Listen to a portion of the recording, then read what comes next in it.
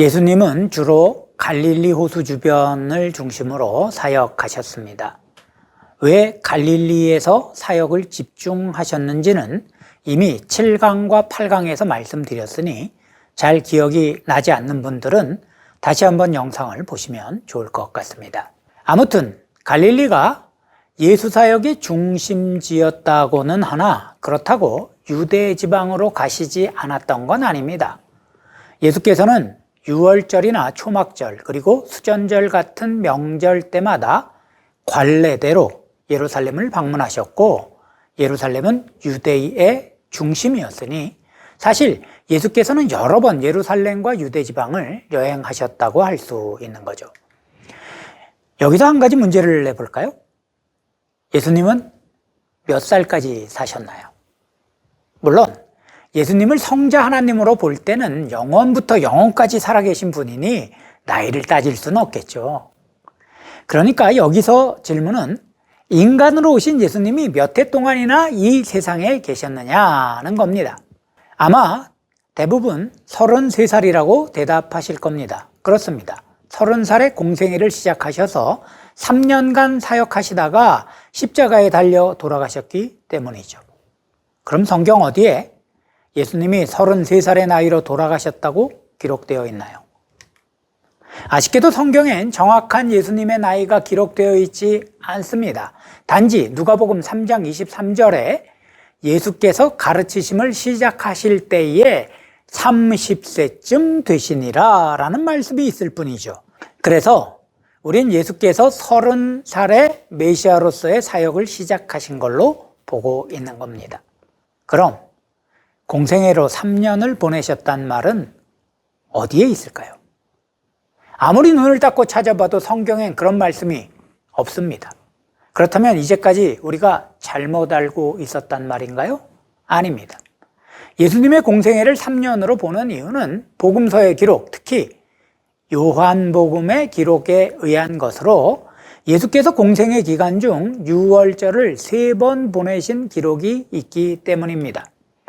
요한이 기록한 복음서엔 2장과 6장에 각각 유월절을 맞으셨다는 기록이 있고, 예수님의 생애 마지막 일정이 유월절에 일어난 일임을 볼 때 공생애 중 모두 3번 유월절을 맞으신 거죠. 예수께서는 그 외에도 초막절이나 수전절 같은 명절에도 예루살렘에 올라가시어서 그때마다 메시아로서 당신의 사역을 수행하셨습니다. 하지만 성경엔 예루살렘 외에 유다 다른 곳에서 행하신 예수님의 행적에 대해선 별다른 언급이 없습니다.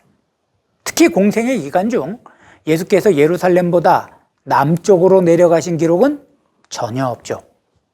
이 말은 공생애 기간 중엔 심지어 당신의 고향 베들레헴도 방문하지 않으셨다는 뜻입니다. 다만 요한복음엔 예수님과 그 제자들이 유대 지방에서 세례를 베풀었다는 기록이 있는데 그 사역지가 어디인지는 불분명합니다.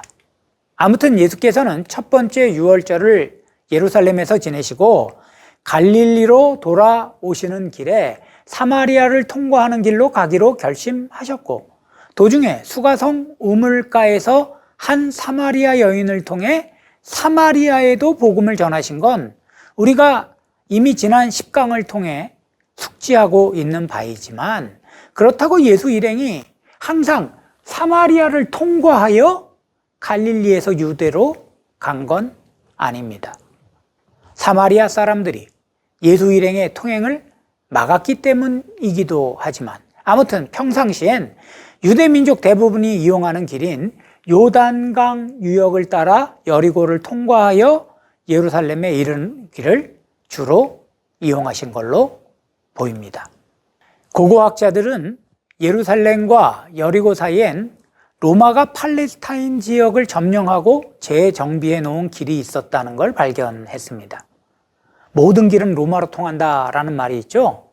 이 말은 당시 로마가 도로 건설에 얼마나 진심이었는지를 보여주는 말이기도 합니다. 이 사진은 아피아가도라고 불리는 로마 제국 당시 건설한 돌로 포장된 도로입니다. 그러니까 2000년이나 된 도로죠.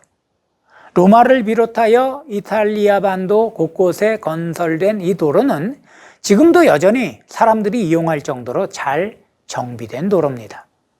지금도 차가 다닐 정도죠. 이 사진은 화산 폭발로 2000년 넘는 시간 동안 땅속에 묻혀있던 도시 폼페이에서 찍은 겁니다. 도로를 포장한 형태가 거의 비슷하죠? 로마인들이 포장도로를 만드는 방법은 이렇습니다. 먼저 아주 단단한 지반이 나올 때까지 땅을 팝니다.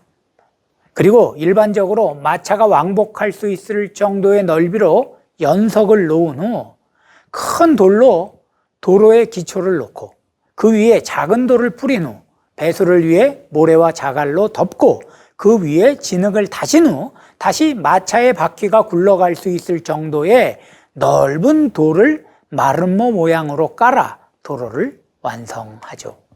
놀라운 건 이런 도로가 로마가 점령한 지중해 전역에 건설되었다는 겁니다. 얼마나 잘 만들었는지 로마에서뿐만 아니라 지금도 지중해 연안 곳곳의 도시에서 그 흔적을 발견할 수 있을 정도죠. 로마는 군대를 빠르게 파송하고 또한 물류를 원활히 유통하기 위해 이런 도로를 자기들 통치구역 전역에 깔아 놓았던 겁니다. 그리고 이후 이 도로는 예수의 복음을 손에 들고 지중해 전역을 여행했던 사도 바울의 전도의 통로가 되었고 또 그렇게 로마로 들어간 복음이 전 세계로 퍼져나가는 선교의 통로가 되었습니다. 아무튼 로마는 유대 전역에도 이런 도로를 건설했는데 여리고와 예루살렘 사이도 그 한 구간이었죠. 예루살렘과 여리고 사이가 그만큼 중요했단 말입니다.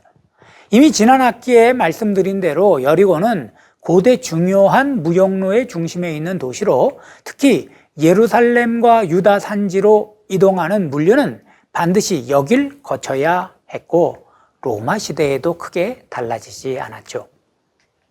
아마 예수께서도 로마가 건설한 이 도로를 이용하여 여리고에서 예루살렘으로 올라가셨을 겁니다. 23.3km에 달하는 이 도로는 예루살렘 성전이 해발 745m에 있고 여리고는 해수면에서 약 220m 낮은 곳에 있으니 1025m의 높이 차이를 극복하며 올라가야 하는 길이었죠. 그러니 아마 직선이 아니라 산비탈을 따라 구불구불하게 건설했을 겁니다. 이런 도로의 특성에 의해 굽이진 곳에서 종종 노상 강도가 출몰하는 문제가 발생하곤 하였는데 로마가 이 도로를 따라 곳곳에 감시초소를 세운 걸 보면 이게 가볍게 넘어갈 문제만은 아니었나 봅니다. 이런 시대적이고 지리적인 배경으로 그 유명한 선한 사마리아인의 비유가 선포된 거죠. 말씀드린 대로 당시 여리고는 이국에서 들어오는 교역품과 또 풍부한 농산물로 인해 막대한 부를 쌓은 상당히 부유한 도시였습니다. 이건 여리고에 대한 복음서의 기록이 주로 부와 관련되어 있는 걸 통해서도 알 수 있습니다. 예수께서 지나신다는 말을 듣고 그분을 보기 위해 세리장이란 높은 신분에도 불구하고 나무 위로 올라간 여리고의 세리장 삭개오는 부자였습니다. 마태복음 19장 1절에 요단강 건너 유대지경이라고만 표현되었지만 예수께 어떻게 하면 영생을 얻을 수 있느냐고 물었던 청년, 그러나 재물이 많음으로 근심하여 예수를 떠난 그 부자 청년 이야기도 아마 여리고에서 있었던 일로 추측됩니다. 반대로 예수께서 여리고에서 나오시던 길에 만나 눈을 뜨게 해주신 소경 바디메오는 거지였죠. 이렇게 부유한 도시에서 거지 노릇을 한다는 건 아마도 그만큼 상대적 박탈감이 더 컸을 거란 걸 예상하게 합니다. 하지만 한편으로 여리고가 부유한 도시였기에 거지들도 그만큼 많았을 거란 상상도 할 수 있죠.